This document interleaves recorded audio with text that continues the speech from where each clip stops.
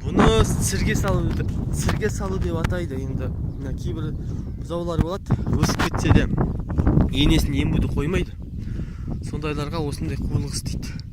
Үйдегі бұзау аш қалмау үшін былтырғы баспақ ембеш үшін тұмсығын кесіп мынадай етіп сірге салып тастайды. Сосын бұның жүргені ем алмай. Қазір кішкенеден кейін қараймыз емуге талпынған. Қақта тұрмалай қайтпесем желдің құшырлаған дауыс біздің бейнемізге бөгет болады. Қазір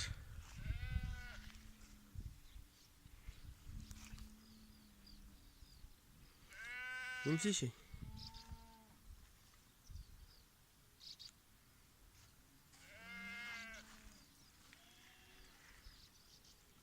Бұл сірге енді жайылуға бөгет болмайды, су ішкенге бөгет болмайды, тек емгенде ғана бөгет. Кейбір сіргелердің түрінде жаңағыдай тікенеге шаншып қояды, онда енесінің өзі тебет желіне үшкір нәрсе батқан кезде өзі төлін жақындатпайды теуіп.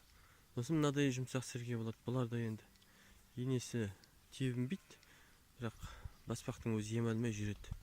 3-4 күн осылай жүреді, сосын емуді ұмытады, сол кезде сіргесін алып тастайды. Әйтпесе үйдегі төлге ол біріншіден. Үйдегі төлге бұл баспақ дым сүт қалдырмайды. Қазір түрі. Сіргенің түрі қазір зардайын.